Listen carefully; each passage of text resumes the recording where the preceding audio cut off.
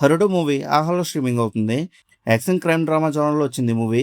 Title ఏమో కానీ movie complete అయ్యేటప్పటికి యముడు కనిపించాడు, అలా ఉంది ఈ మూవీ. సరే, ఈ మూవీ గురించి ఇంకా డీటెయిల్గా ఈ వీడియోలో మాట్లాడుకుందాం. లాస్ట్ వరకు వీడియోని స్కిప్ చేయకుండా చూడండి. ఇంకా ఆ మూవీలో స్టోరీ లైన్ గురించి సింపుల్గా చెప్పాలంటే, నలుగురు బేవస్ కుర్రాళ్ళు, ఒక సిన్సియర్ పోలీస్ ఆఫీసర్, అలాగే ఇంకొక పొలిటీషియన్, వీళ్ళ మధ్య అనుకోకుండా క్రియేట్ అయ్యే కాన్ఫ్లిక్ట్స్ చుట్టూ తిరిగే క్రైమ్ డ్రామానే ఈ మూవీలో మెయిన్ స్టోరీ.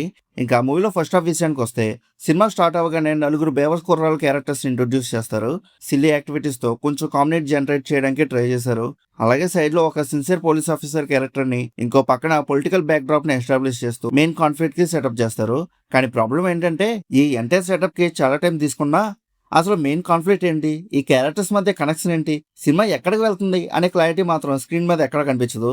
నలుగురు కుర్రాల మధ్య వచ్చే కామెడీ సీన్స్ అయినా బాగున్నాయా అంటే అవి కూడా సరిగ్గా వర్కౌట్ అవ్వవు. యాక్షన్ సీన్స్ విషయానికి వస్తే ఇంటెన్సిటీ అనేది ఎక్కడ కనిపించదు.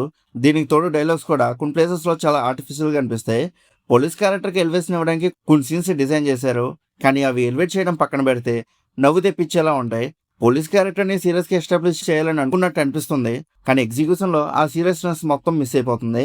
యాక్షన్ సీన్స్ అన్ని స్ట్రెంత్ లేకుండా యాక్టర్స్ ఏదో చేస్తుంటే కెమెరా పెట్టి రికార్డ్ చేసి ఎడిట్ చేసి మన ముఖాన్ని కొట్టినట్టుగా ఉంటుంది. ఓవరాల్ గా ఫస్ట్ హాఫ్ మొత్తం ఒక ప్రాపర్ డైరెక్షన్ లేకుండా అలా సాగదీసినట్టుగా ఉంటుంది.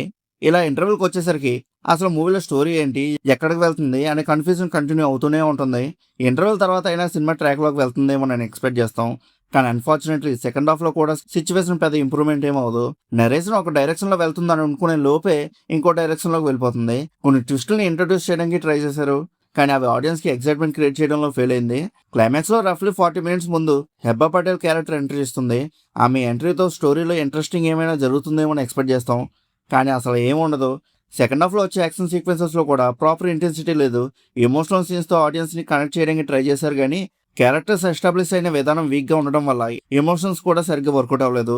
ఫైనల్లీ క్లైమాక్స్ దగ్గరకు వచ్చేసరికి ఆల్రెడీ చూసిన కొన్ని ఫిమిలియర్ మూవీస్ ఐడియాస్ ని మిక్స్ చేసి ఒక కన్ఫ్యూజింగ్ కాంబినేషన్ లాగా ఫినిష్ చేస్తున్నట్టుగా అనిపిస్తుంది. ఎస్పెషల్లీ క్లైమాక్స్ సీన్స్ మధ్య ఫ్లో అనేది చాలా డిస్టర్బింగ్ గా ఉంటుంది. ఒక సీన్ నుంచి ఇంకో సీన్ కి వెళ్ళిన ప్రతిసారి ఇది ఎందుకు వస్తుందా అనే ఫీలింగ్ కలుగుతుంది.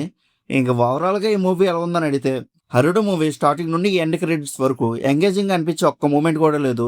నాకైతే అస్సలు నచ్చలేదు మూవీ. మీలో ఎవరైనా ఆల్రెడీ ఈ మూవీ చూసుంటే మీకు ఎలా అనిపించిందో కింద ఉన్న కామెంట్ సెక్షన్లో చెప్పండి. అలానే ఇలాంటి మూవీ రివ్యూస్ కోసం మన సినిమా యాప్ ఛానల్ సబ్స్క్రైబ్ చేసుకుని బెల్ ఐకాన్ కూడా ఆన్ చేసి పెట్టుకోండి. మా వీడియోస్ని మీరు మిస్ అవ్వకుండా చూడగలుగుతూ ఉంటారు. ఇంకా మళ్ళీ మనం నెక్స్ట్ వీడియోలో కలుసుకుందాం. బాయ్.